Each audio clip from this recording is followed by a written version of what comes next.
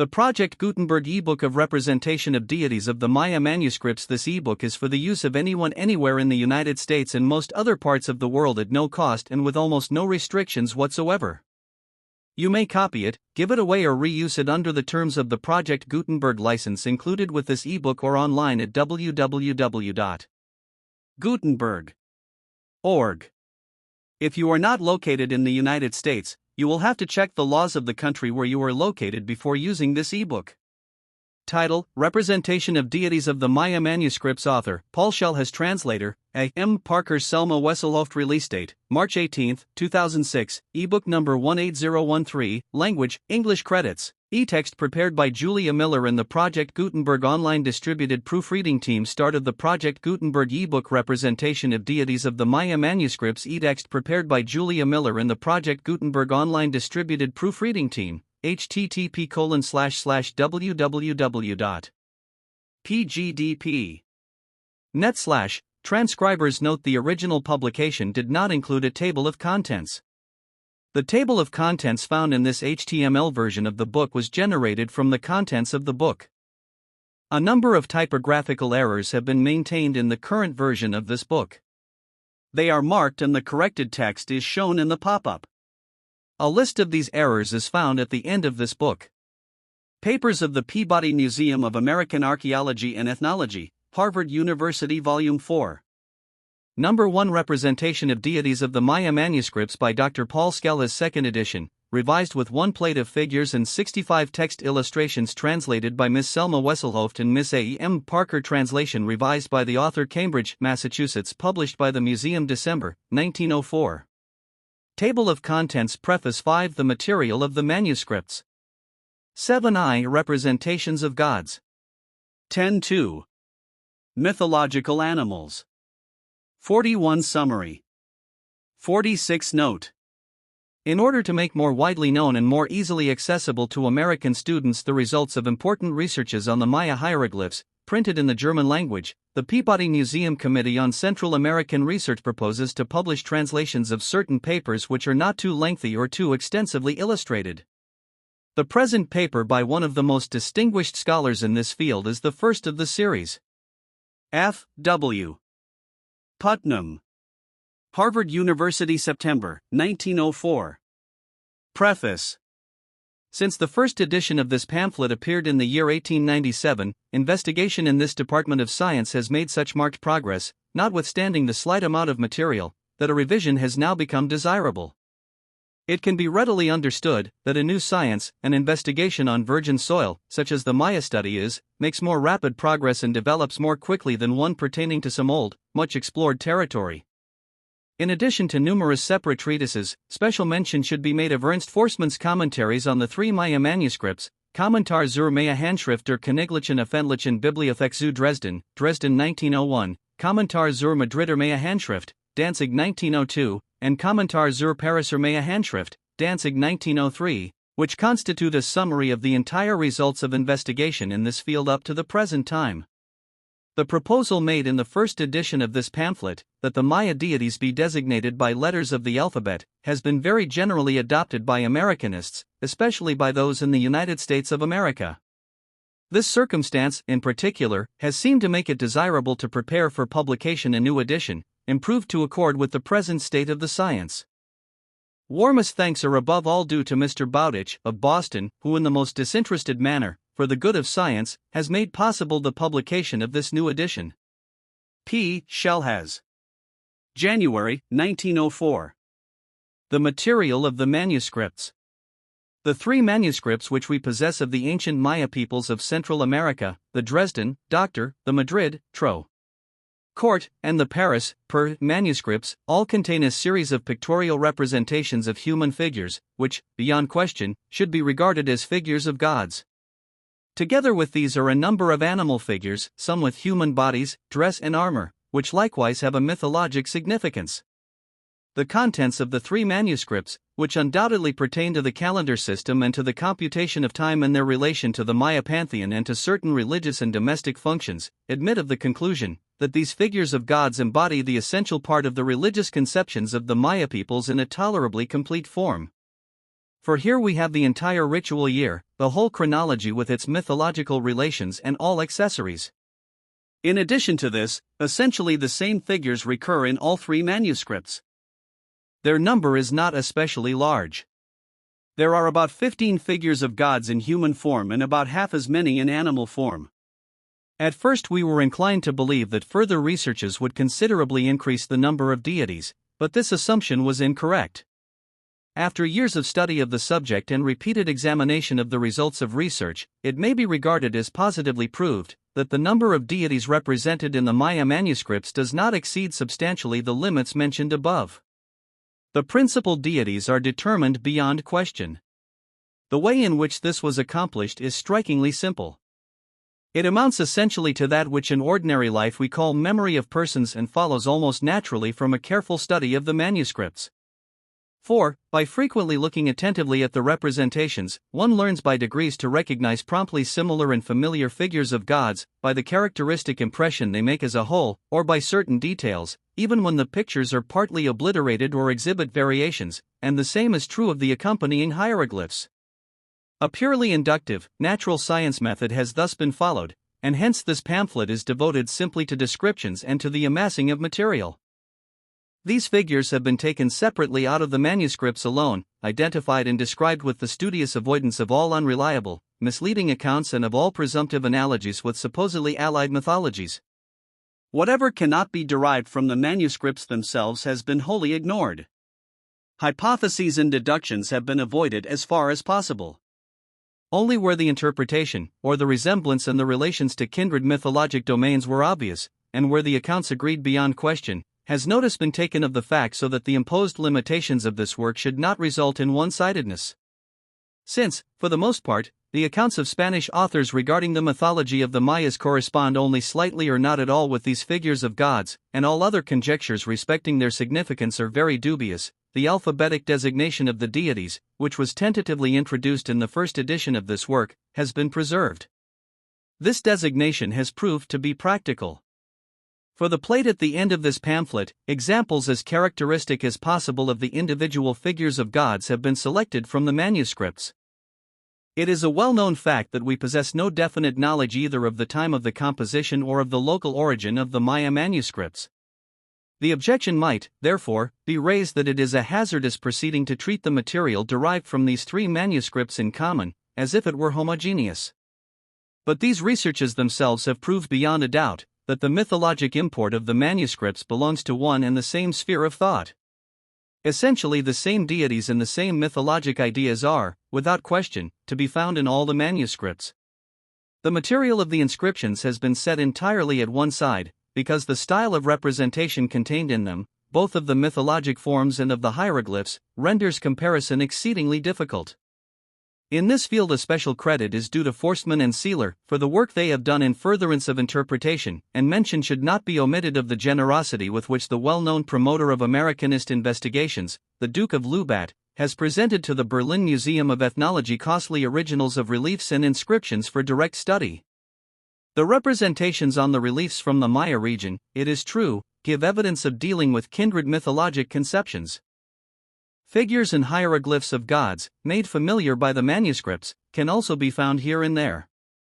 But on the whole so little appears in support of instituting a comparison with the manuscripts, that it seems expedient to leave the inscriptions for independent and special study.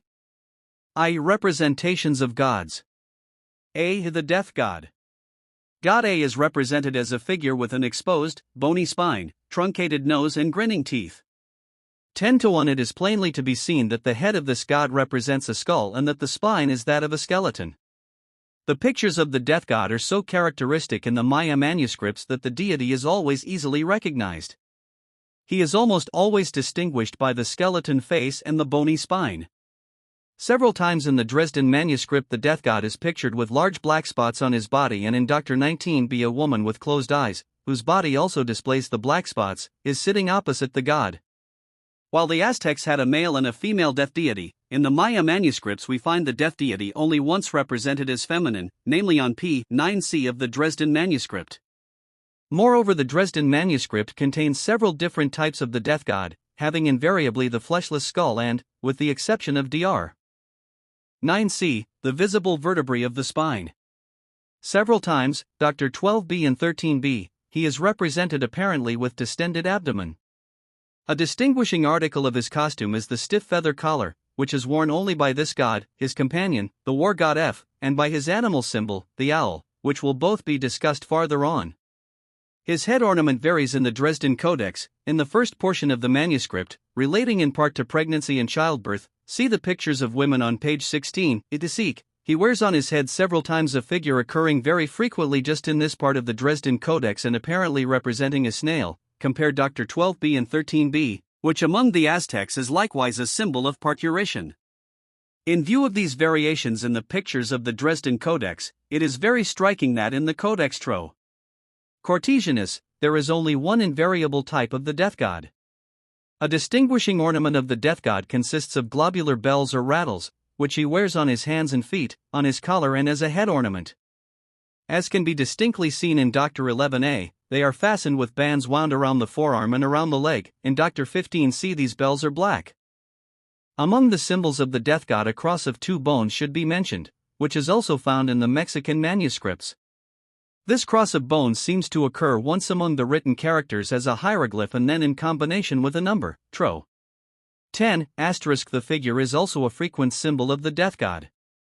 Its significance is still uncertain, but it also occurs among the hieroglyphs as a death sign and as a sign for the day simi, death. The hieroglyphs of the death god have been positively determined, see figures 1 to 4. Figures 1 and 2 are the forms of the Dresden manuscript and figures 3 and 4 are those of the Madrid manuscript. God A is almost always distinguished by two hieroglyphs, namely figures 1 and 2 or 3 and 4. Moreover, the hieroglyphs are always the same, have scarcely any variance. Even in Dr. 9c, where the deity is represented as feminine, there are no variations which might denote the change of sex. The hieroglyphs consist chiefly of the head of a corpse with closed eyes, and of a skull. The design in front of the skull in figures 2 and 4 and under it in figure 3 is a sacrificial knife of flint, which was used in slaying the sacrifices, and is also frequently pictured in the Aztec manuscripts. The dots under figure 1 are probably intended to represent blood. The death god is represented with extraordinary frequency in all the Maya manuscripts. Not only does the figure of the god itself occur, but his attributes are found in many places where his picture is missing. Death evidently had an important significance in the mythologic conceptions of the Mayas. It is connected with sacrifice, especially with human sacrifices performed in connection with the captive enemy. Just as we find a personification of death in the manuscripts of the Mayas, we also find it in the picture writings of the ancient Mexicans, often surprisingly like the pictures of the Maya codices. The Aztec death god and his myth are known through the accounts of Spanish writers. Regarding the death god of the Mayas, we have less accurate information. Some mention occurs in Landa's Relation de las Cosas de Yucatán, XCI, but unfortunately nothing is said of the manner of representing the death god. He seems to be related to the Aztec Mictlantecutli, of whom Sahagan, appendix to Book 3, de los que iban al infierno y de sus obsequias, treats as the god of the dead and of the underworld, Mictlan. When the representations of the latter, for example in the Codex Borgia, and in the Codex Vaticanus No. 3773, are compared with those of the Maya manuscripts, there can be hardly a doubt of the correspondence of the two god figures. In the Codex Borgia, page 37, he is represented once with the same characteristic head ornament, which the death god usually wears in the Maya manuscripts, and in the Codex Fedjervari, page 8, the death god wears a kind of breeches on which crossbones are depicted, exactly as in Dr. 9, bottom. Bishop Landa informs us that the Mayas had great and immoderate dread of death. This explains the frequency of the representations of the death god, from whom, as Landa states, all evil and especially death emanated. Among the Aztecs we find a male and a female death deity, Mictlantecutli and Mictlantecuhtli. They were the rulers of the realm of the dead, Mictlan, which, according to the Aztec conception, lay in the north, hence the death god was at the same time the god of the north. It agrees with the calendric and astronomic character of the Maya deities in the manuscripts, that a number of the figures of the gods are used in connection with specified cardinal points. Since, according to the Aztec conception, the death god was the god of the north, we might expect that in the Maya manuscripts also, the death god would be always considered as the deity of the north. Nevertheless, this happens only once, namely in the picture at the end of Codex Court. Pages 41 and 42. Elsewhere, on the other hand, this god is connected with other cardinal points, thus Dr. 14a with the west or east, the hieroglyph is illegible, but it can be only west or east, and in Dr. 27c with the west. It is interesting to note that once, however, in a series of cardinal points, the hieroglyph of the death god connected with the numeral 10 stands just in the place of the sign of the north. This is Antro. 24 bottom. In regard to the name of the death god in the Maya language, Landa tells us that the wicked after death were banished to an underworld, the name of which was Mitnal, a word which is defined as hell in the Maya lexicon of Pio Perez and which has a striking resemblance to Mictlan, the Aztec name for the lower regions. The death god Hunha reigned in this underworld. According to other accounts, Hernandez, however, the death god is called Apach. These names can in no wise serve as aids to the explanation of the hieroglyphs of the death god, since they have no etymologic connection with death or the heads of corpses and skulls, which form the main parts of the hieroglyph. Furthermore, the hieroglyphs of the gods certainly have a purely ideographic significance as already mentioned above, so that any relation between the names of the deities and their hieroglyphs cannot exist from the very nature of the case. The day of the death god is the day Simi, death. The day sign Simi corresponds almost perfectly with the heads of corpses contained in the hieroglyphs of the death god. A hieroglyphic sign, which relates to death and the death deity and occurs very frequently, is the sign figure 5, which is probably to be regarded as the ideogram of the owl. It represents the head of an owl, while the figure in front of it signifies the owl's ear and the one below, its teeth, as distinguishing marks of a bird of prey furnished with ears and a powerful beak. The head of the owl appears on a human body several times in the Dresden manuscript as a substitute for the death deity, thus Dr. 18c, 19c, 20a and 20c, and in other places, and the hieroglyphic group, figure 5, is almost a regular attendant hieroglyph of the death god. A series of other figures of the Maya mythology is connected with the death god. This is evident from the fact that his hieroglyphs or his symbols occur with certain other figures, which are thus brought into connection with death and the death deity. These figures are as follows: 1. His companion, God F, the god of war, of human sacrifice and of violent death in battle, apparently a counterpart of the Aztec Xipe, who will be discussed farther on. 2. The moan bird. See beyond under mythological animals, number 1. 3. The dog.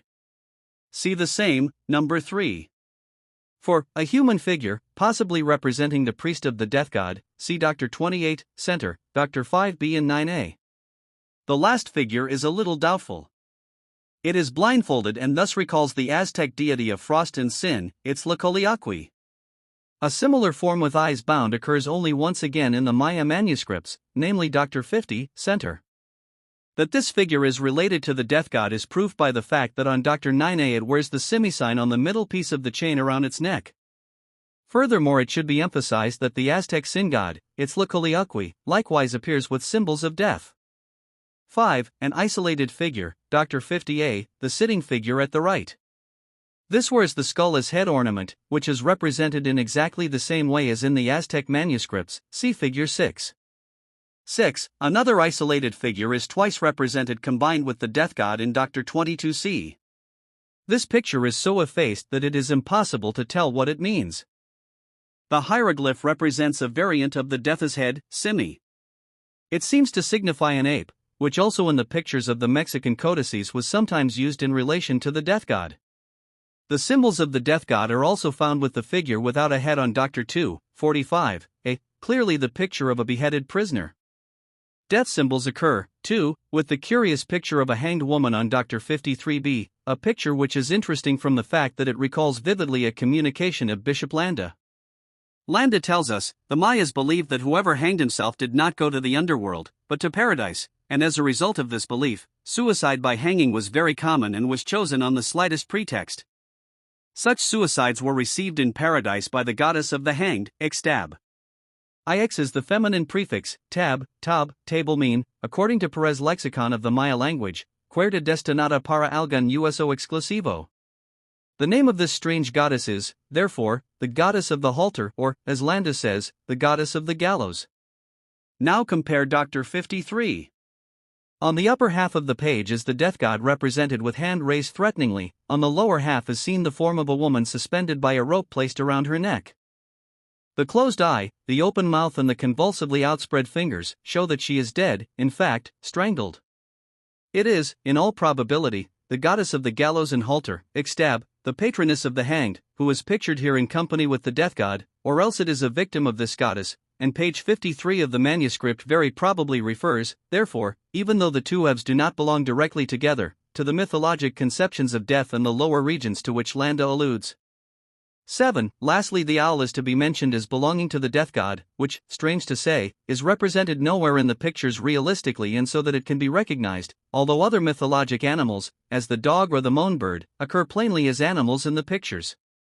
On the other hand, the owl's head appears on a human body in the Dresden manuscript as a substitute for the death deity itself, for example on Dr. 18c, 19c, 20a and 20c and elsewhere, and forms a regular attendant hieroglyph of the death god in the group of three signs already mentioned, figure 5. Among the antiquities from the Maya region of Central America, there are many objects and representations, which have reference to the cultus of the death god, and show resemblances to the pictures of the manuscripts. The death god also plays a role, even today, in the popular superstitions of the natives of Yucatan, as a kind of specter that prowls around the houses of the sick. His name is Yum Simul, the Lord of Death. Be the god with the large nose and lolling tongue. The deity, represented most frequently in all the manuscripts, is a figure with a long, proboscis-like, pendant nose and a tongue, or teeth, fangs, hanging out in front and at the sides of the mouth, also with a characteristic head ornament resembling a knotted bow and with a peculiar rim to the eye. Figure 7 is the hieroglyph of this deity. In Codex Tro. Cortesianus it usually has the form of figure 8. Godbe is evidently one of the most important of the Maya pantheon. He must be a universal deity, to whom the most varied elements, natural phenomena, and activities are subject. He is represented with different attributes and symbols of power, with torches in his hands as symbols of fire, sitting in the water and on the water, standing in the rain, riding in a canoe, enthroned on the clouds of heaven and on the cross-shaped tree of the 4 points of the compass, which, on account of its likeness to the Christian emblem, has many times been the subject of fantastic hypotheses. We see the god again on the capsign, the symbol of the earth, with weapons, axe and spears, in his hands, planting kernels of maize, on a journey, Dr. 65b, staff in hand and a bundle on his back, and fettered, Dr. 37a, with arms bound behind his back. His entire myth seems to be recorded in the manuscripts. The great abundance of symbolism renders difficult the characterization of the deity, and it is well nigh impossible to discover that a single mythologic idea underlies the whole. Godbe is quite often connected with the serpent, without exhibiting affinity with the Shashan god H, see page 28. In Dr. 33b, 34b, and 35b, the serpent is in the act of devouring him, or he is rising up out of the serpent's jaws, as is plainly indicated also by the hieroglyphs, for they contain the group given in figure 10, which is composed of the rattle of the rattlesnake and the open hand as a symbol of seizing and absorption. Godbe himself is pictured with the body of a serpent in Dr. 35b and 36a, compare number 2 of the mythological animals. He likewise occurs sitting on the serpent, and in Dr. 66a he is twice, first in 3D figures, pictured with a snake in his hand. Godbe sits on the moan head in Dr. 38c, on a head with the coxine in Dr. 39c, 66c, and on the dog in Dr. 29a. All these pictures are meant to typify his abode in the air, above rain, storm and death-bringing clouds, from which the lightning falls. The object with the crossbones of the death god, on which he sits in Dr. 66c, can perhaps be explained in the same manner. As the fish belongs to Godbe in a symbolic sense, so the god is represented fishing in Dr. 44:1. His face with the large nose and the tongue, or fangs, hanging out on the side in Dr. 44:1, first figure, is supposed to be a mask which the priest, representing the god, assumes during the religious ceremony. Furthermore, the following 4 well-known symbols of sacrificial gifts appear in connection with Godbe in the Dresden manuscript: a sprouting kernel of maize, or, according to Forsman, parts of a mammal, game, a fish, a lizard and a vulture's head, as symbols of the 4 elements. They seem to occur, however, in relation also to other deities and evidently are general symbols of sacrificial gifts. Thus they occur on the 2 companion initial pages of the Codex Tro. Cortesianus, on which the hieroglyphs of God C and K are repeated in rows, tro. 36 Court. 22. Compare Forstmann, Kommentar zur Madrider Handschrift, pp. 102, 103. God B is also connected with the four colors yellow, red, white, and black, which, according to the conception of the Mayas, correspond to the cardinal points yellow, air, red, fire, white, water, black, earth, and the god himself is occasionally represented with a black body, for example on Dr. 29c, 31c, and 69. This is expressed in the hieroglyphs by the sign, figure 9, which signifies black and is one of the four signs of the symbolic colors for the cardinal points. God B is represented with all the four cardinal points, a characteristic which he shares only with God C, God K, and, in one instance, with God F, Ctro. 29*C, he appears as ruler of all the points of the compass, north, south, east and west, as well as air, fire, water and earth are subject to him. Opinions concerning the significance of this deity are much divided. It is most probable that he is Kukulkan, a figure occurring repeatedly in the mythology of the Central American peoples and whose name, like that of the kindred deity Quetzalcoatl among the Aztecs and Gucumatz among the Quiches, means the feathered serpent, the bird serpent. Kukulkan and Gucumatz are those figures of Central American mythology, to which belong the legends of the creation of the world and of mankind. Furthermore, Kukulkan is considered as the founder of civilization, as the builder of cities, as hero god, and appears in another conception as the rain deity, and, since the serpent has a mythologic relation to water, as serpent deity. J. Walter Fuchs, who has made this god figure of the Maya manuscripts the subject of a monograph, a study of certain figures in a Maya codex, in American Anthropologist, Volume 7, No. 3, Washington, 1894, also inclines to the belief that B is the god Kukulkan, whom he conceives of as a serpent and rain deity. This view has been accepted by Forstmann, Die Tagegatter der Mayas, Globus, Volume 73, No. 10, and also by Cyrus Thomas, Aids to the Study of the Maya Codices, Washington, 1888.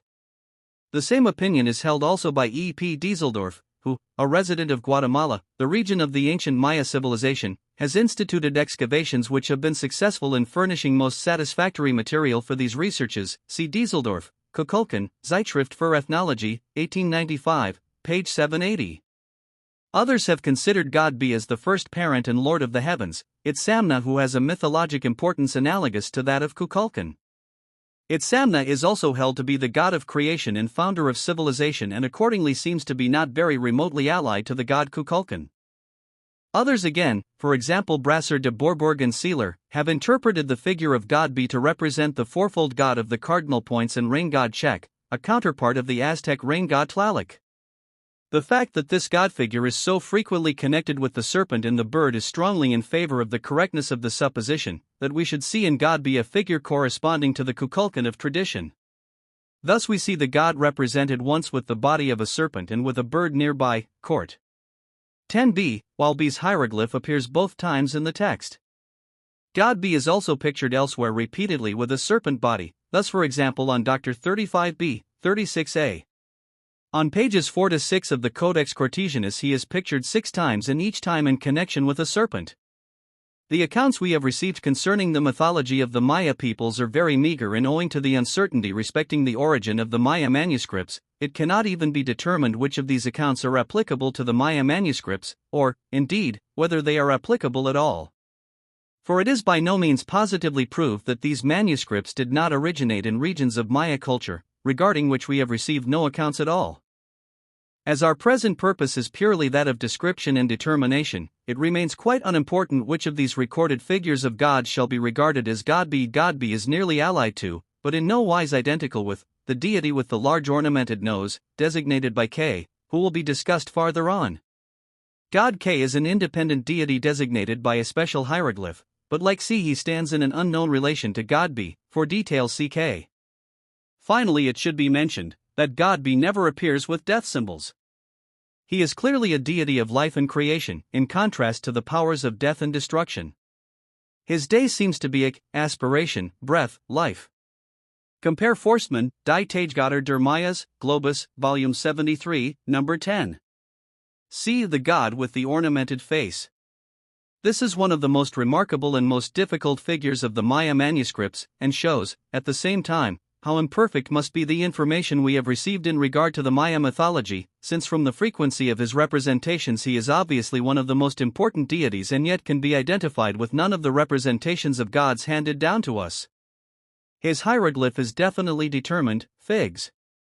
11.12. The circular design in front of the forehead of the hieroglyph head seems, as a variant from the Codex Tro. Figure 12 leads us to suppose, to denote the ideographic representation of pouring out or emptying a vessel, the contents of which flow into the mouth of the god. Another variant of this prefix occurs in Tro. 13*b, figure 15, the symbol of the sacrificial knife, and instead of the prefix the numeral 13 occurs in one instance. Tro. 12*c. The head alone, without any accessory symbol whatever, is also found a few times, not in the text, however, but only in the pictures, for example court. 10, bottom, and Tro. 13*, bottom. This deity does not occur very often in the Dresden manuscript. The places where it is depicted are Dr. 5a, 6c, 13b, 35a, 68a, and as a subordinate figure on 8c, 42a. His hieroglyph occurs alone a few times. As in Dr. 4, it is more frequent in the Madrid manuscript. It appears on pages 15 to 18 of the Paris manuscript. In regard to the significance of this deity, he doubtless represents the personification of a heavenly body of astronomic importance, probably the polar star. In Codex Court 10, bottom, his head is represented surrounded by a nimbus of rays, which can only mean a star, see Fig. 13, on the lower part of the same page, the third picture from the left, we again see the deity hanging from the sky in a kind of rope. Furthermore, it appears in Codex Tro. 20, 22, and 23, center, figure 14, in the familiar rectangular planet signs. Tro. 17*, at the top, the head surmounts the cross-shaped tree of God B, which denotes the lofty, celestial abode. Indeed, these passages prove positively that a heavenly body underlies the idea of this deity. Furthermore, the head of this god recurs in entire rows in the calendric group of tabular form on the so-called initial page of the Codex Tro. 36, with its continuation in the court. Page 22, and in exactly the same manner in the allied passage of Tro. 14, middle and bottom. In addition, his head is contained in the symbol for the north, figure 16. The head contained in this sign is in fact nothing else than the head of God C. Brinton also accepts this interpretation of God C. According to Forstmann, Die Maya Hieroglyphen, Globus, Volume 71, Number 5, the fact that the figure of God C in the Tonalamatal in Dr. 4a10a occurs on the day Chen of the Maya calendar, which corresponds to the day Azamatli, the ape, in the Aztec calendar, seems to indicate that the singular head of C is that of an ape, whose lateral nasal cavity, peculiar to the American ape or monkey, is occasionally represented plainly in the hieroglyph picture. Hence it might further be assumed that God C symbolizes not the polar star alone, but rather the entire constellation of the Little Bear. And, in fact, the figure of a long-tailed ape is quite appropriate to the constellation, at any rate decidedly more so than the bear. Indeed, it suggests the prehensile tail by means of which the ape could attach himself to the pole and in the form of the constellation swing around the pole as around a fixed point.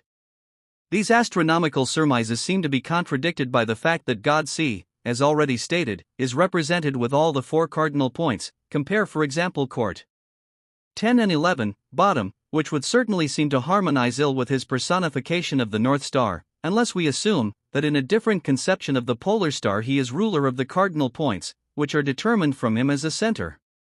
It has already been remarked of B, that the deity C appears to stand in some sort of relation to him.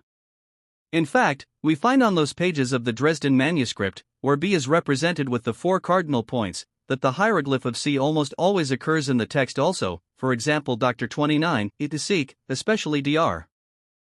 32c, indeed, C's hieroglyph is connected even with the signs of the symbolic colors of the cardinal points, already mentioned in connection with B. Finally, it should be borne in mind that God C also seems to be connected in some way with the serpent. Compare Dr. 36b, first in 3D pictures. According to Forstmann, the day ruled by C seems to be Chen, D of the moon and night god. This is a deity who is pictured in the form of an old man with an aged face and sunken, toothless mouth.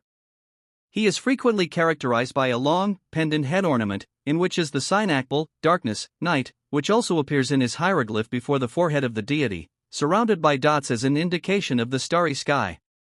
His name hieroglyph is figure 17, and a second sign almost always follows, figure 18, which evidently serves likewise as a designation of the god, just as God also is always designated by two hieroglyphs. The second sign consists of two sacrificial knives and the sign of the Deahau, which is equivalent to king. The head of this deity appears in reduced, cursive form as the sign of the moon, figure 20. This character also has the significance of 20 as a number sign in the calendar. The association of these ideas probably rests upon the ancient conceptions, according to which the moon appearing, waxing, waning, and again disappearing, was compared to man, and man in primeval ages was the most primitive calculating machine, being equivalent, from the sum of his fingers and toes, to the number 20. 20 days is also the duration of that period during which the moon, aside from the new moon, is really alive. Moreover, the sign, figure 20, appears in many places as a counterpart of the sign for the sun. God D occurs once as feminine in the same passage mentioned above, in which the death deity is also pictured as feminine, Dr. 9c. In a few other places the god is, curiously enough, depicted with a short beard, as Dr. 4c, 7a, 27b. He seems to stand in an unknown relation to the water goddess I, see this deity, with the serpent as a head ornament, compare Dr. 9c, where apparently this goddess is represented, though the text has D's sign. Still, it is possible that God D is pictured here with the attributes of Goddess I. God D is not connected with the grim powers of destruction, he never appears with death symbols. In Dr. 5c and 9a he wears the snail on his head. He seems, therefore, like God A to be connected with birth. In Dr. 8c he is connected with God C, and this is quite appropriate, if we look upon these gods as heavenly bodies. The aged face, the sunken, toothless mouth are his distinguishing marks. In the Madrid manuscript, where God D occurs with special frequency, his chief characteristic, by which he is always easily recognized, is the single tooth in his underjaw, see figure 19, compared to Dr. 8c, where the solitary tooth is also to be seen. In Dr. 9a, first figure, the god holds in his hand a kind of sprinkler with the rattles of the rattlesnake, as Landa, cap 26, describes the god in connection with the rite of infant baptism, see also Court. 26, Tro. 7 *A and 13 *C, a very remarkable passage is Tro. 15 *, there a figure is pictured carving with a hatchet ahead, which it holds in its hand. Above it are 4 hieroglyphs. The first shows a hatchet in the moon, the second probably represents simply a head, while the third and fourth are those of God D, the moon god. This passage, the meaning of which is unfortunately still obscure, seems to contain a definite explanation of God D. J. Walter Fuchs has made God D the subject of a special, very detailed monograph, The God D in the Codex Cartesianus, Washington, 1895, in which he is treated also of gods B and G, whom he considers allied to D. He believes D to be the god at Samna, as do also Forstmann, Cyrus Thomas, and Sealer, and see sun gods in all three of these deities. Whether God D is to be separated from G and B as an independent deity, Fuchs thinks is doubtful. Brinton again holds that God D is Kukulkan. These different opinions show, at all events, on what uncertain grounds such attempts at interpretation stand, and that it is best to be satisfied with designating the deities by letters and collecting material for their purely descriptive designation. According to Forstmann, the calendar day devoted to D is Ahau. E. The maize god. This god bears on his head the can sign and above it the year of maize with leaves, figure 23, compare Dr. 9b, left figure, 11b, 12a, etc. The hieroglyph is definitely determined, figure 21. The god is identical with the figures recurring with a special frequency in the Madrid manuscript, the heads of which are prolonged upward and curved backward in a peculiar manner, compare Court. 15a, 20c, 40, bottom, Tro. 32 *b, figures 25, 27, and especially the representation in Dr. 50a, figure 24, which is very distinct. This head was evolved out of the conventional drawing of the ear of maize, compare the pictures of the maize plant in the Codex Tro. P. 29b, figure 22, with the head ornament of the god in Dr. 9b, figure 23, 9a, 12a, what was originally a head ornament finally passed into the form of the head itself, so that the latter appears now as an ear of maize surrounded by leaves. Compare the pictures, figures 25, 27. That these gods with elongated heads are, in point of fact, identical with E is plainly seen from the passage in Dr. 2:45, see, first figure. There the figure represented, which is exactly like the pictures in the Madrid manuscript, is designated explicitly as God E by the third hieroglyph in the accompanying writing. The hieroglyph of this deity is thus explained: it is the head of the god merged into the conventionalized form of the ear of maize surrounded by leaves. When we remember that the Maya nations practiced the custom of artificially deforming the skull, as is seen in particular on the reliefs at Palenque, we may also regard the heads of these deities as representations of such artificially flattened skulls. God E occurs frequently as the god of husbandry, especially in the Madrid manuscript, which devotes much attention to agriculture. He seems to be a counterpart of the Mexican maize god Centiatl. The passages in the Madrid manuscript, Tro. 29a and Court. 39a, 40a, are very remarkable, where the deity E is represented in the position of a woman in labor with numerals on the abdomen. Perhaps the underlying idea is that of fruitfulness. In the Codex Court. Page 40, this grain deity is pictured with a tall and slender vessel before him, which he holds in his hands. It is possible that this is meant to suggest a grain receptacle. To be sure, in the same place, other figures of gods likewise have such vessels in their hands. At any rate, it is interesting to note that in the passage already mentioned, Dr. 50a, God E also holds a similar tall and slender vessel in his hands. According to all appearances, the scene pictured in Dr. 50a has reference to the conflict of the grain god with a death deity. The latter, the figure sitting on the right, is characterized by a skull as a head ornament, see figure 6, and seems to address threats or commands to God E, who stands before him in the attitude of a terrified and cowed individual. Furthermore, God E has nothing to do with the powers of the underworld. He is a god of life, of prosperity and fruitfulness. Symbols of death are never found in connection with him. Brinton calls this god Ganon, equivalent to Can. It is possible, too, that he is identical with a deity Cox who has been handed down to us and whose name means Lord of the Harvest Fields. According to Forstmann, the day dedicated to this god is Kansas F, the god of war and of human sacrifices. This is a deity closely related to the death god A, resembling the Aztec Xipe, and may, I think, without hesitation be regarded simply as the god of human sacrifice, perhaps, even more generally, as the god of death by violence. His hieroglyph is figures 28, 30, it contains the number 11. A variant of this occurs on Dr. 7b, where instead of the 11 there is the following sign. The characteristic mark of God F is a single black line usually running perpendicularly down the face in the vicinity of the eye. This line should be distinguished from the parallel lines of C's face and from the line, which, as a continuation of God E's head resembling an ear of maize, frequently appears on his face, especially as in the variants of the Madrid manuscript. Compare figures 25, 27. These pictures of E can always be unfailingly recognized by the peculiar shape of the head and should be distinguished from those representing F. The black face line is the distinguishing mark of God F, just as it is of the Aztec Xipe. It sometimes runs in a curve over the cheek as a thick, black stripe, as Court. 42, sometimes it encircles the eye only, Dr. 6a, and again it is a dotted double line, Dr. 6b. The hieroglyph of God F likewise exhibits this line and with the very same variants as the god himself. See the hieroglyphs of the god belonging to the pictures in Dr. 6a, first in 3D figures, in which the line likewise differs from the other forms, figures 30, 34. In a few places God F is pictured with the same black lines on his entire body, which elsewhere he is only on his face, the lines being like those in figure 31, namely Tro. 27*C. Indeed, in Tro. 28*C, the death god likewise has these black lines on his body and also F's line on his face, a clear proof of the close relationship of the two deities. These lines probably signify gaping death wounds and the accompanying rows of dots are intended to represent the blood. Since God F is a death deity, the familiar sign, figure 5, which occurs so frequently with the hieroglyphs of A, also belongs to his symbols. F is pictured in company with the death god in connection with human sacrifice, Court.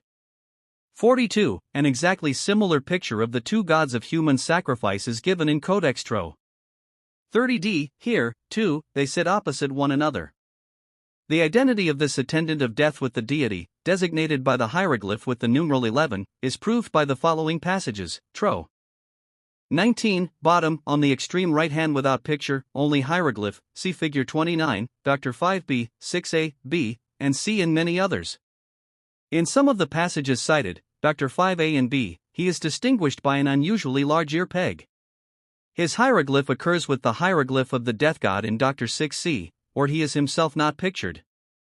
As war god, God F occurs combined with the death god in the passages mentioned above, Tro. 27*-29*c, or he sets the houses on fire with his torch and demolishes them with his spear. God F occurs quite frequently in the manuscripts and must therefore be considered as one of the more important deities. According to Forstmann, his day is Monic, the seizing, grasping hand, symbolizing the capturing of an enemy in war for sacrificial purposes. F's sign occurs once, as mentioned above, in fourfold repetition with all the four cardinal points, namely in Tro. 29*c.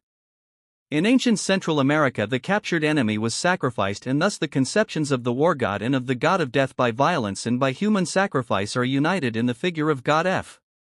In this character, God F occurs several times in the Madrid manuscript in combat with M, the god of traveling merchants, see page 35. Spanish writers do not mention a deity of the kind described here as belonging to the Maya pantheon. G, the sun god. God G's hieroglyph, figure 35, contains as its chief factor the sun sign Kin. It is one of the signs, of which there are about 12 in the manuscripts, which has the Benic prefix and doubtless denotes a month dedicated to the sun. There is, I think, no difference of opinion regarding the significance of this deity, although Fuchs, as already stated, is inclined to identify G with B, whom, it is true, the former resembles. It is surprising that a deity who from his nature must be considered as very important, is represented with such comparative infrequency. He occurs only a few times in the Dresden manuscript, for example 22b, 11c, and in the Codex Tro. Cortesianus none can be found among the figures which could be safely regarded as the sun god. In no manuscript except the Dresden does a deity occur wearing the sun sign Kin on his body. But once in the Codex Court, the figure of D appears with the sun sign on his head, as pointed out by Fuchs in his article entitled The God D in the Codex Cortesianus. G's hieroglyph, to be sure, is found repeatedly in the Madrid manuscript, for example Codex Tro.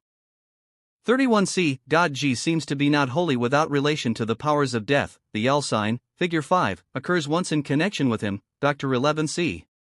Besides the sun sign Kin, which the god bears on his body, his representations are distinguished by a peculiar nose ornament, figure 36, which, as may be seen by comparison with other similar pictures in the Dresden manuscript, is nothing but a large and especially elaborate nose peg. Similar ornaments are rather common just here in the carefully drawn first part of the Dresden manuscript. Compare Dr. 22b, middle figure, 21, center, 17b, 14a, b. Occasionally they also have the shape of a flower, for example 12b, center, 11c, left, 19a. Lastly, it is worthy of note that God G is sometimes represented with a snake-like tongue protruding from his mouth, as in Dr. 11b and ch. The Shishan god. The figure of a deity of frequent occurrence in the Dresden manuscript is a god, who is characterized by a skin spot or a scale of a serpent on his temple of the same shape as the hieroglyph of the De Shichan, serpent. Moreover, the representations of the god himself differ very much, so that there are almost no other positive, unvarying characteristic marks to be specified. His picture is plainly recognizable and has the Shishan mark on the temple in Dr. 11a, 12b and 20b. A hieroglyph belonging to this deity likewise displays the Shishan sign as its distinguishing mark. Furthermore, several variants occur. The Shishan sign has sometimes the form of figure 37 and again that of figure 38. The prefix likewise differs very much, having sometimes the form of figure 37, and again that of figure 38 or of figures 39 and 40. Thus there are, in all, 4 different forms of the prefix. It is to be assumed that all these hieroglyphs have the same meaning, notwithstanding their variations. Taking into consideration the frequency of the variations of other hieroglyphs of gods and of the hieroglyphs in the Maya manuscripts in general, it is quite improbable from the nature of the case that a hieroglyph, which displays so great an agreement in its essential and characteristic elements, should denote several different gods. The dissimilarity which Seeler thinks he finds between the forms of the Shishan sign in figures 37 and 38 and which leads him to assume that figure 37 is not a Shishan sign at all, but that it denotes another face ornament, cannot be satisfactorily proved, and must be regarded as an arbitrary assumption. The Shishan mark in the sign of the day Shichan also differs very much from that on the bodies of the serpents pictured in the manuscripts, so that variations of this kind by no means make it necessary to assume that the hieroglyphs actually denote different things. Observe, for example, the different Shishan spots on the serpent's body in Tro. 27a of the crenellated, black border of the Shishan spot in figure 38 passes in rapid cursive drawing almost of itself into the scallops of figure 37, a transition to which there are distinct tendencies on the serpent's body in Tro. 27a. Nor does the fact that under H's hieroglyph different personages are very often pictured, whom we cannot positively identify, compel the assumption that we have here not one, but two or more mythical figures, for the same is true of other hieroglyphs of gods. There are many places in the manuscripts where the text contains a definite well-known hieroglyph of a god, while the accompanying picture represents some other deity or some other figure not definitely characterized, perhaps merely a human form, priest, warrior, woman, and the like. Thus in Dr. 4a we see H's hieroglyph in the text, but the picture is the figure of God P, while in other places we miss the characteristic Shishan spot on the figure represented, for example Dr. 4c, 6a, 7b, 7c, 14a, 21c. In the Madrid manuscript, it is true, H's hieroglyph also occurs often enough, but not in a single instance as a deity represented displaying the Shishan spot. This fact is, I think, to be explained by the coarser style of the drawing, which does not admit of representing such fine details as in the Dresden manuscript. In the Paris manuscript H's hieroglyph occurs but once, page 8, bottom. Seeler thinks he recognizes in some of the figures represented under H's hieroglyph in the manuscripts, a so-called young god. Such a deity is unknown and the assumption is entirely arbitrary. Apparently this young god is an invention of Brinton.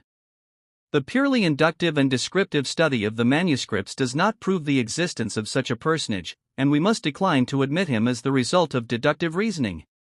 In this so-called young god, we miss, first of all, a characteristic mark, a distinct peculiarity such as belongs to all the figures of gods in the manuscripts without exception and by which he could be recognized. Except his so-called youthfulness, however, no such definite marks are to be found. Furthermore, there is no figure of a god in the manuscripts which would not be designated by a definite characteristic hieroglyph. No such hieroglyph can be proved as belonging to the young god. The figures, which are supposed to have a youthful appearance in the Madrid manuscript, often convey this impression merely in consequence of their smallness and of the pitiful, squatting attitude in which they are represented. Furthermore, real children do occur here and there, thus, for example, in the Dresden manuscript in connection with the pictures of women in the first part and intro. 20*c in the representation of the so-called infant baptism.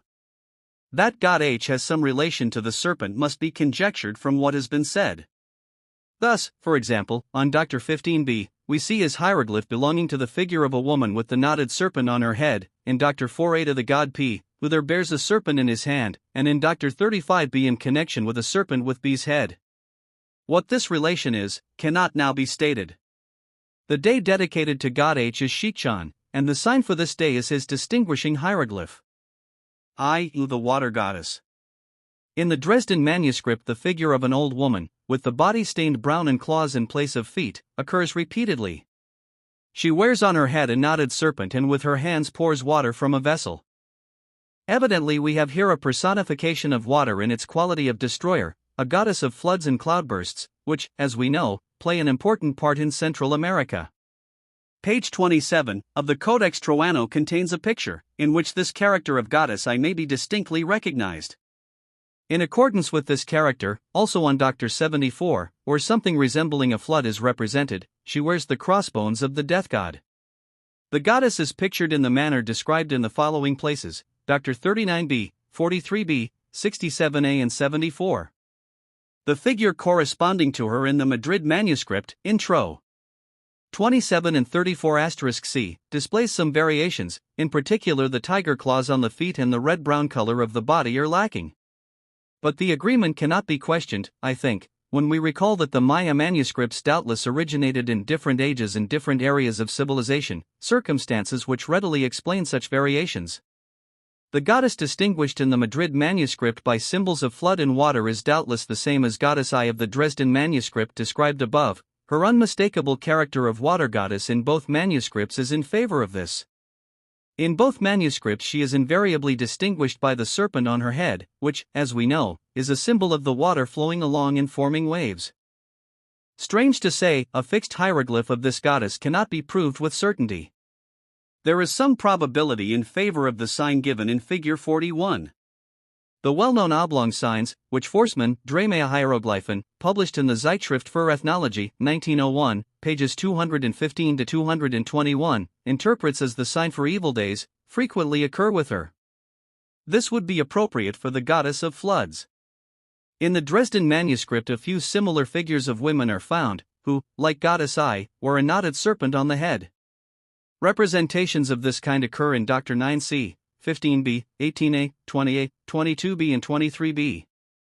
Whether they are identical with Goddess I is doubtful, since there is no symbolic reference to water in these passages. Besides, the hieroglyphs of other known deities occur each time in the above-mentioned places, so that definite mythologic relations must be assumed to exist here between the women represented and the deities in question. Thus in Dr. 9c we find D's sign, in 15b that of H, on 18a, 22b and 23b we see only the general sign for a woman. In Dr. 20a the signs are effaced. In the Codex Troano Goddess I occurs on pages 25b and 27, there is also a woman with the knotted serpent on her head intro. 34*c. In the Codex Cortesianus and in the Paris manuscript these forms are wholly lacking. K. The god with the ornamented nose. This god, as already mentioned in connection with B, is not identical with the latter, but is probably closely related to him. His hieroglyph is Figure 42, Figure 43 is the form in the Madrid manuscript. He is closely related to god B. He is represented in Dr. 25, center, or he is perhaps conceived of as a priest wearing a mask with the face of the god, also in Dr. 7a, 12a, with his own hieroglyph and that of E, 26, bottom, with a variant of the sign. His figure without the hieroglyph occurs in Dr. 3. Very frequently the well-known group, 3OC, is given with him and in connection with his hieroglyph, in Dr. 3, 7a, 10b, right, without picture, 12a. Forstmann, Hieroglyphen, Zeitschrift für Ethnologie, 1901, pp 215 to 221, sees in this the sign for good days, a proof that we have to do here with a benevolent deity well disposed to mankind, his kinship with B being also in favor of this interpretation. His hieroglyph alone without his picture occurs in Dr. 10b, 49, middle and bottom, 58, bottom, left, entro. 8*b, with a variant of the attribute in Dr. 24, third vertical row. A slight variation appears also in Dr. 69, top, right. In Dr. 65a, middle, B is pictured. But in the text we see K's hieroglyph presented by a hand. The next figure on the same page at the right represents God B with the head of K on his own and the same head once more in his hand. Agreeing with this, we find in the accompanying text the signs of B and K, the latter in a hand. K seems to be pictured again in Dr. 46, bottom. The passage, however, is somewhat obliterated. The hieroglyph is lacking in this place, it is found, however, on the preceding page 45, middle. In addition to the passage already mentioned, which represents God K together with B, such double deities again occur in the Paris manuscript, page 13, where B holds K's head in his hand, in Dr. 34b, where he carries this head on his own and in Dr. 67a where he appears to carry it in a rope. Once, however, a variation of these plainly synonymous representations occurs, namely in Dr. 49, at the top, where we see a feminine form above whose head rises the head of God K.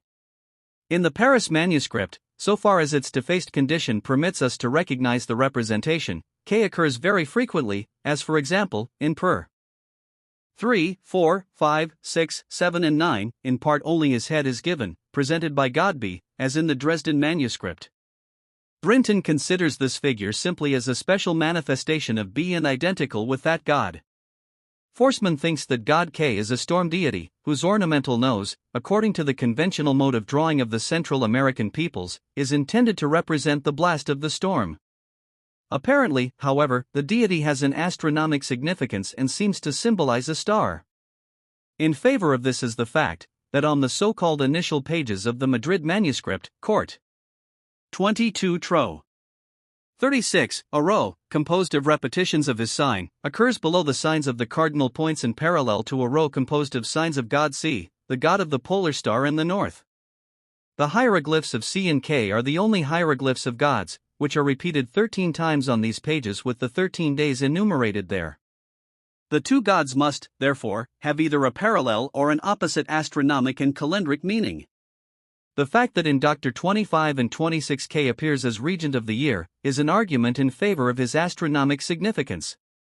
According to Forsman, Nuluk is the day dedicated to God K. In the head of God K we recognize the ornament so common in the temple ruins of Central America, the so-called elephant's trunk. The peculiar, conventionalized face, with the projecting proboscis-shaped nose, which is applied chiefly to the corners of temple walls, displays unquestionably the features of God K. The significance of God K in this architectural relation is unknown. Some connection with his character as the deity of a star and with his astronomic qualities may, however, be assumed, since, as we know, the temple structures of Central America are always placed with reference to the cardinal points. El of the Old, Black God. God El's features are those of an old man with sunken, toothless mouth. His hieroglyph is figure 44, which is characterized by the black face. God El, who is also black, must not be confounded with M, whose description follows. El is represented and designated by his hieroglyph in the accompanying text. In Dr. 14b and 14c and Dr. 46b, the figure has the characteristic black face. He appears entirely black in Dr. 7a. The hieroglyph alone occurs in Dr. 21b and 24, third vertical line in the first passage, with a variation, namely without the amix sign before the head. This deity does not occur in the Madrid and Paris manuscripts. The significance of God El does not appear from the few pictures, which are given of him. In Dr. 46b the god is pictured armed and in warlike attitude. Both in Dr. 14b and 14c he wears a bird on his head and has a can in his hand. According to Forsman, his day is Akbal, darkness, night. Cyrus Thomas, Aids to the Study of the Maya Codices, in the 6th Annual Report of the Bureau of Ethnology, Washington, 1888, page 358, thinks he is the god Ixua, who has come down to us as a black deity. God M seems, however, to correspond to Ixua. See the description of M. M, the black god with the red lips. God M's hieroglyph is figures 45, 46, it seems to represent an eye rimmed with black, though the figure of the god himself displays an entirely different drawing of the eye, see figure 47. The god is found in the Dresden manuscript only 3 times, namely in Dr. 16b, with a bone in his hand, in picture and sign, in Dr. 13c grouped with an animal, without the hieroglyph, and in Dr. 43a, with his sign, while finally his hieroglyph alone appears in Dr. 56, top, left, in a group and of a somewhat different form. On the other hand, God M appears with special frequency in the Madrid manuscript, which treats of this deity with great fullness of detail. While he is represented in the Dresden manuscript, 16b, with his body striped black and white, and on P of 43a entirely white, he is always entirely black in the Codex Troano. His other distinguishing marks are the following: 1. The mouth encircled by a red-brown border. 2. The large, drooping under lip. By this he can be recognized with certainty also in Dr. 43a. 3. The 2 curved lines at the right of the eye. His significance can be conjectured. He seems to be of a warlike nature, for he is almost always represented armed with the lance and also is engaged in combat and, in some instances, pierced by the lance of his opponent, God F, for example in Tro. 3c, 7a, 29*a. The peculiar object with parallel stripes, which he wears on his head, is a rope from which a package frequently hangs. By means of a rope placed around his head the god frequently carries a bale of merchandise, as is the custom today among the Aborigines in different parts of America. On 4b and 5a in the Cod. Tro. This can plainly be seen. All these pictures lead us to conclude that we have here to do with a god of traveling merchants. A deity of this character called Ixua has been handed down to us, who is designated explicitly as a black god. In favor of this is also the fact that he is represented fighting with F and pierced by the latter. For the traveling merchant must, of course, be armed to ward off hostile attacks, and these are admirably symbolized by God F, for he is the god of death and war and of the killing of the captured enemy.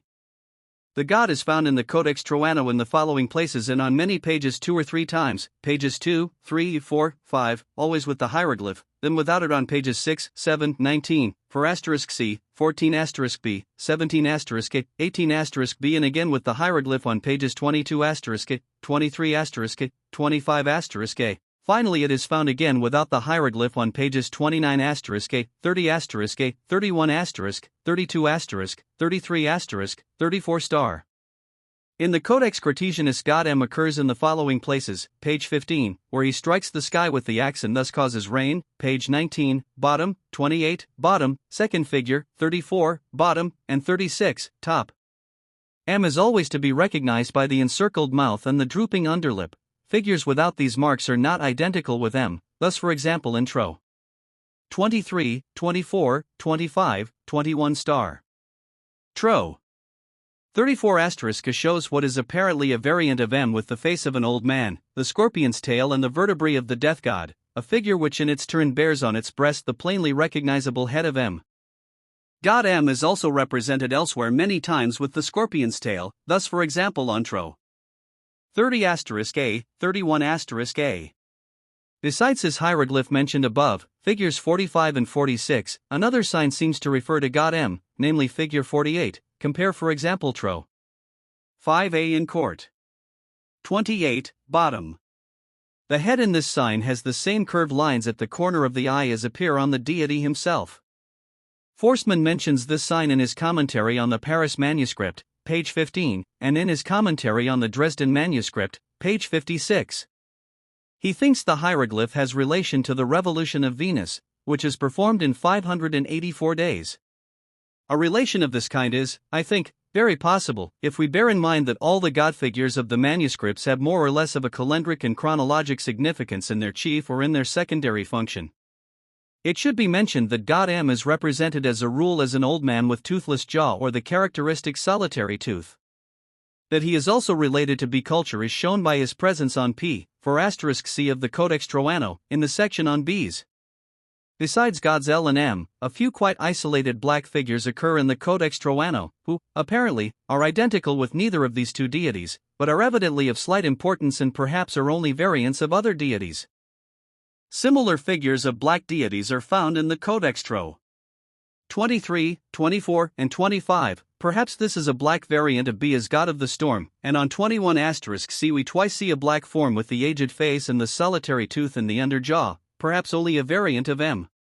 In the Codex Cartesianus and in the Dresden manuscript no other black deities occur, but in the Paris manuscript a black deity seems to be pictured once, page 21, bottom.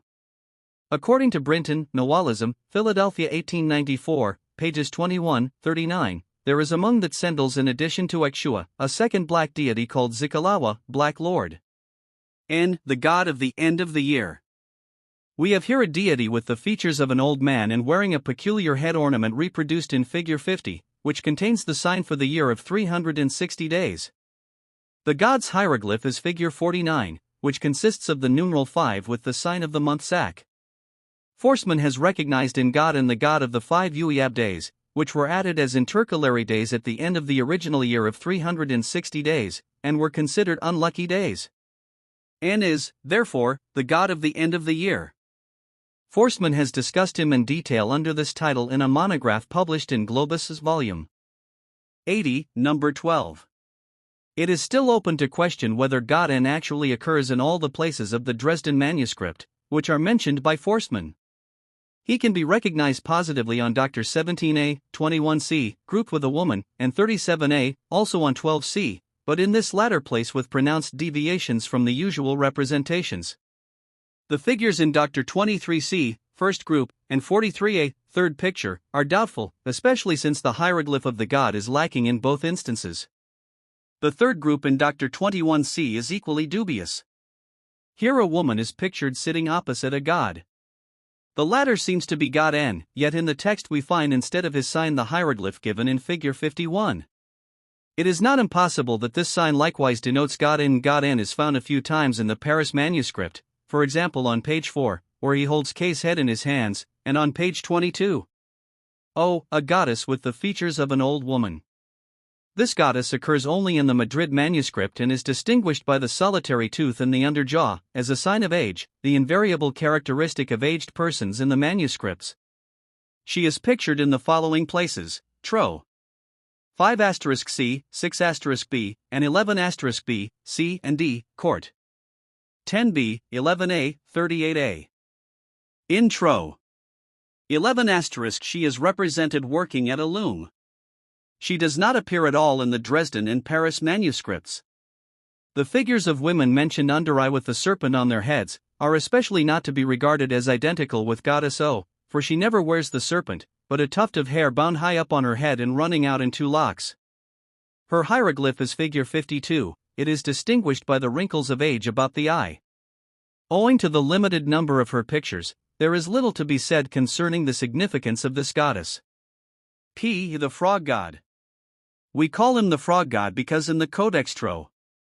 31, he is pictured in the first and second lines with the club-shaped fingers of a frog, which occur only on this figure.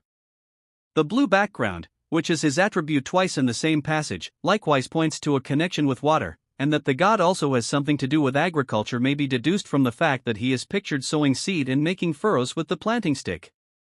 The 2 black parallel stripes at the corner of the eye seem to be folds of skin or marks on the skin, which may represent a peculiarity of this particular species of frog. His head ornament is very characteristic and contains the sign for the year of 360 days. He therefore bears some unknown relation also to the computation of time. It should be recalled in this connection that one of the Maya months is called Uo, frog.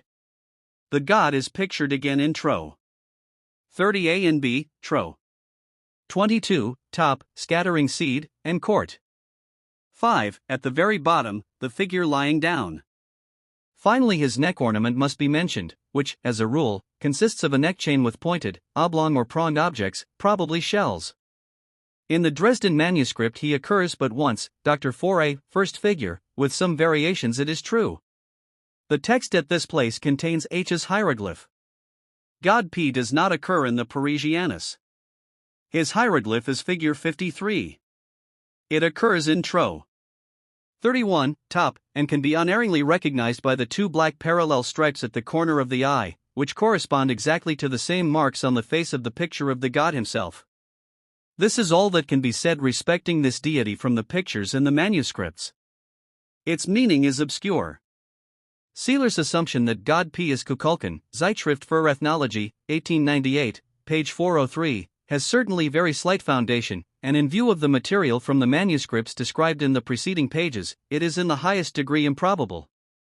The foregoing is an almost complete enumeration of the god figures proper in the Maya manuscripts. Whatever other figures of gods occur in the manuscripts are details of slight importance. This is especially true of the Dresden manuscript, which is well nigh exhausted by the types enumerated here. There may be, I think, a few figures still undescribed in the Madrid manuscript, the careless drawing of which renders the identification very difficult. An isolated figure of the Dresden manuscript still remains to be mentioned, concerning which it is doubtful whether it is intended to represent a deity or only a human personage. This is the figure characterized by a peculiar head ornament in Dr. 20b. It is designated in the text by 2 hieroglyphs, which belong together, figures 54 and 55, the latter occurring once with K, Dr. 7a. It seems to represent blowing from the mouth, screaming or speaking. 10:1 C-plate for representations of the gods, AP2. Mythological animals. 1. The Moan bird. This bird 41-1 belongs to the death god as his symbol and attendant. Its hieroglyph, figure 56, contains the numeral 13, other forms are figures 57, 59. It is pictured in Dr. 7c, 10a, 11a, 16c, 18b, and its hieroglyph without the picture is seen in Dr. 8b. A realistic representation of the whole figure of the Moan as a bird occurs on the head of the woman in 16c, first figure, and 18b. God B sits on the head of the Moan in Dr. 38c, the third hieroglyph of the accompanying text refers to this representation. Just as in Dr. 16 and 18, the Moan bird appears in Tro. 18*C on the head of a woman. Its character as an attribute of the death god is expressed by the semi-sign, which it wears upon its head, e.g., Dr. 10a, and also by the regular occurrence of symbols of the death god in the written characters, which refer to the moan bird. In the same manner, the sign of the owl, figure 5, also occurs frequently with it. The moan confers name and symbol alike on one of the 18 months of the Maya year, and thus, as Forstmann conjectures, Diplojaden bei den Mayas, in Globus, 1894, has an astronomic bearing on the constellation of the Pleiades. According to Brinton, the moan is a member of the falcon family and its zoological name is Spizzitis tyrannus. 2. The serpent. This is one of the most common and most important mythological animals, and is closely related to different deities, as has already been more fully discussed in connection with the individual cases. Apparently, it has no independent significance as a deity. Its most important personification is that in god B, Kukulkan, the feathered serpent. Hence, a fixed hieroglyph designating the serpent as a deity, as a mythologic form, does not occur, though there are numerous hieroglyphs which refer to serpents or represent individual parts of the serpent, as its coils, its jaws, the rattles of the rattlesnake, etc. The serpent appears in the mythologic conceptions of the Mayas chiefly as the symbol of water and of time. In the great series of numbers of the Dresden manuscript, certain numbers occur which are introduced in the coils of a large serpent. Compare in regard to this, Forstmann, Zur Entzifferung der Maya Handschriften, 2, Dresden, 1891.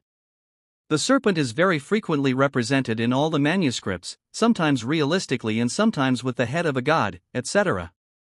In the Dresden manuscript it occurs in the following places: 1a, 26, 27, 28c, 35b, 36a, 36b, 37b, 40, 42a, 61, 62, 65c, 66a and 69. It is prominent also in the Madrid manuscript, occurring for example in Court 4-6, 12-18, Tro. 25, 26, 27, and elsewhere. 3. The dog. Figure 60 is its hieroglyph. It is the symbol of the death god and the bearer of the lightning. The latter follows quite clearly from the picture in Dr. 40b, where the god is distinguished by its hieroglyph. This animal is again represented in Dr. 7a, 13c on the right, 21b with its hieroglyph, 29a, 30a, forming a part of 31a, where God B holds the bound dog by the tail, and 39a without the hieroglyph, 47, bottom, with a variant of the hieroglyph. In Dr. 36a the dog bears the Akbal sign on its forehead. The writing above it contains a variant of the hieroglyph for the dog. This is the third of the rubric. It shows, somewhat difficult of recognition, the Akbal sign on the forehead of the dog's head occurring in it, and on the back of the head the kin sign, as symbols of the alternation of day and night. The same sign occurs again with adjuncts in Dr. 74, last line, second sign, and once with the death god in Dr. 8a. The dog as lightning beast occurs with the Akbal sign in the eye instead of on the forehead in Codex Tro. 23*a, here again its hieroglyph is an entirely different one, the third of the rubric. That the dog belongs to the death god is proved beyond a doubt by the regular recurrence in the writing belonging to the dog, of the hieroglyphs, which relate to this deity, especially of Fig. 5. According to Forstmann, his day is OC4. The vulture. This bird is distinctly pictured as a mythological figure in Dr. 8a. It appears again, in feminine form, together with the dog, in Dr. 13c and also in 19a. In the first passage, its hieroglyph is almost effaced. The hieroglyph is very striking and occurs nowhere else in the whole collection of manuscripts. The body of this animal deity is striped black and white. In Dr. 38b it is almost entirely black. The same passage displays a second hieroglyph for this figure, figure 61. This hieroglyph also occurs with the numeral 4, in Drive 56b. In Dr. 36b this bird of prey is pictured fighting with the serpent. Its hieroglyph occurs in the second form. The serpent is designated by the Chen, the gaping jaws of the serpent, first character of the rubric. Finally, it should be mentioned that the head of this bird occurs frequently as a head ornament, thus in Dr. 11a, 11b, 12b and 14b. Mention should also be made of the realistic representations of the vulture, eating the eye of a human sacrifice, Dr. 3, Tro. 26*a and 27*a. According to Forstmann, his day is CIB. 5. The jaguar. The jaguar is likewise an animal with mythological significance. It is represented in Dr. 8a, where its hieroglyph is the third sign in the writing. It also occurs in Dr. 26, at the top. It occurs in Tro.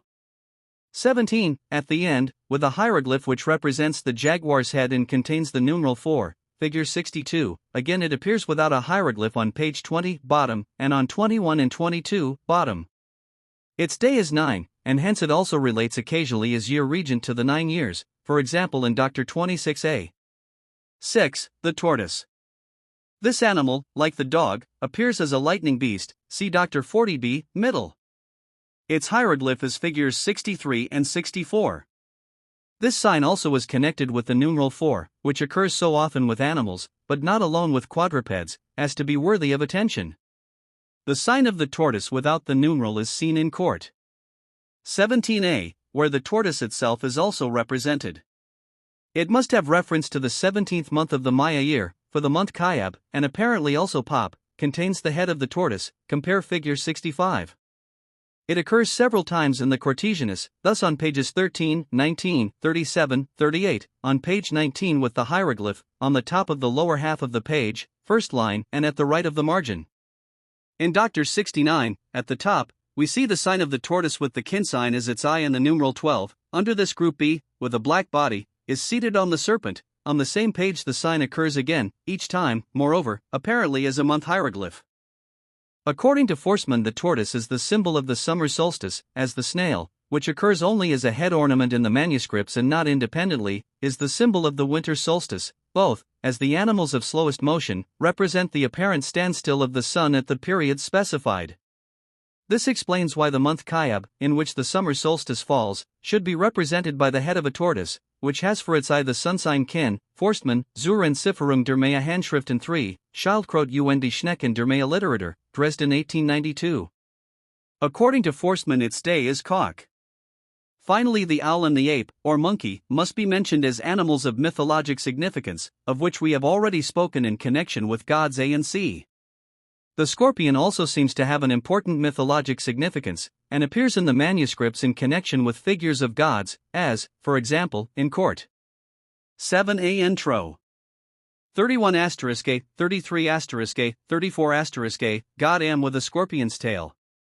In addition to those discussed in this paper, there are a few animals in the manuscripts, which probably also have a partial mythologic significance, but which have been omitted because they are represented in a naturalistic manner, thus, for example, the deer intro.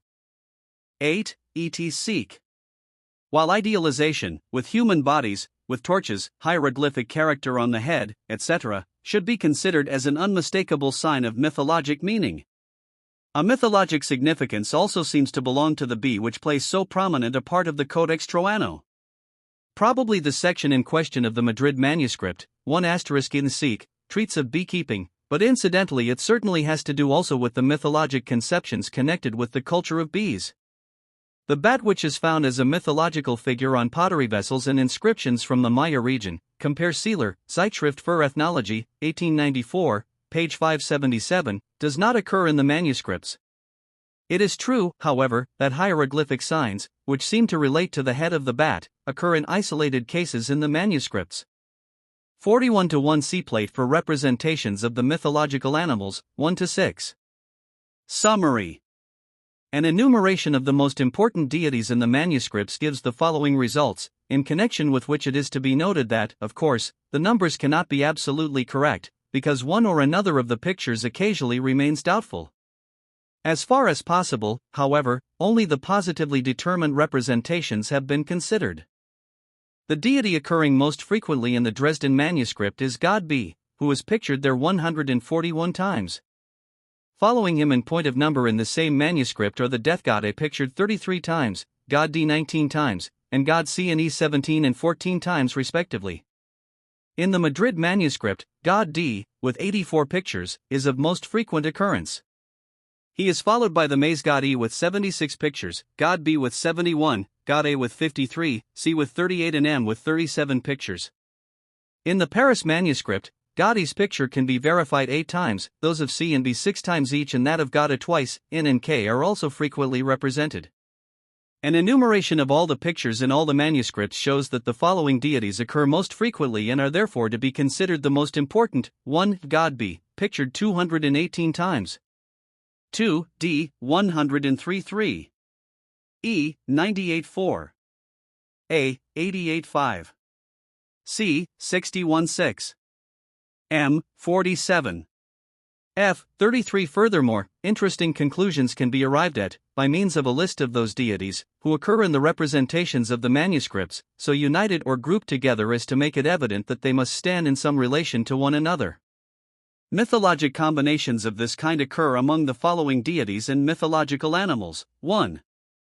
In the Dresden manuscript, D and C, B and C, dog and vulture, bird and serpent, B and K. 2. In the Madrid manuscript, F and M, B and M, C and M, E and M, A and E, E and D, A and F, B and C, D and C, D and E. 3.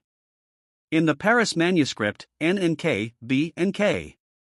The most common of these combinations are those of the deities A and F, M and F, A and E, D and C. These groups are entirely intelligible, consisting of death god and war god, god of the traveling merchants and war god, death god and maize god, as adversaries, meaning famine, night god and deity of the polar star. Plate 1 transcribers note the following errors and inconsistencies have been maintained. Misspelled words and typographical errors, page error 10, 40, footnote 1 missing final period. The footnote has been moved to page 40 in this version of the text. 17 Serpent and Rain Deity should read Serpent and Rain Deity. 23 sentence ending with and 13 asterisk C. Does not have a period. 29 manuscripts should read manuscripts. 32 represented should read represented. 33 pp 215 to 221 should read pages 215 to 221. 42 comma missing following 37 b 42 comma missing following 65 c. Inconsistencies. The placement of punctuation at the end of a word or phrase surrounded by quotation marks is inconsistent. Usually it is placed outside the final close quotation mark but occasionally is found inside the mark.